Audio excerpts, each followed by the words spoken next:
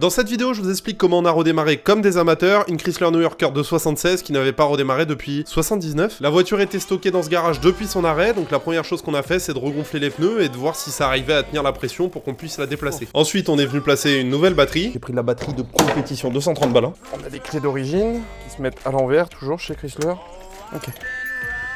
On a le buzzer. Mais avant de savoir si le moteur tourne, si le démarreur fonctionne et si la voiture a du jus dans sa globalité, il était important de faire quelques contrôles préalables. Maintenant qu'on sait qu'il y a de l'huile dans le moteur, il faut savoir si la pompe à huile fonctionne, donc on la fait tourner au démarreur jusqu'à ce que le voyant d'huile s'éteigne. C'est de la pression d'huile, le voyant s'est coupé. Une fois ça fait, on peut rebrancher l'allumage et essayer de la faire partir. Vous doutez bien que ça s'est pas passé aussi facilement que ça. Ça manque pas grand chose.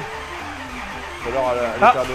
Ouais, lâche, dommage, presque. Elle est absolument pas partie tout de suite et c'est normal parce qu'on a fait pas mal d'erreurs. La première, c'est qu'on mettait pas assez d'essence tout simplement.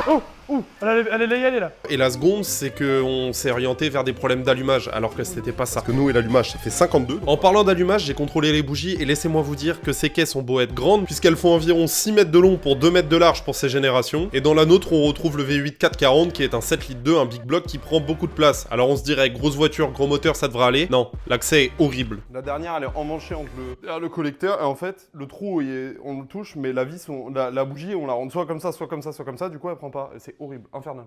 Ah, puis j'ai une crampe au doigt. Ah! Attention, sur les V8 440, les bougies sont très courtes. Si vous mettez plus long, ça va venir taper dans les cylindres. J'ai sorti une bougie. Et heureusement, j'ai pas mis les bougies de la prime sans réfléchir, parce que vous voyez la différence de longueur. Là, ça aurait été un coup tout éclaté. On a réessayé encore et encore jusqu'à comprendre qu'il n'y avait pas assez d'essence. On en a trop mis et on a eu le droit à un retour de flamme parce qu'on a touché à l'allumage. Et ça, c'est super dangereux. Faites attention. Nous, ça va, ça s'est très bien passé. Je sais pas. Ah non, non.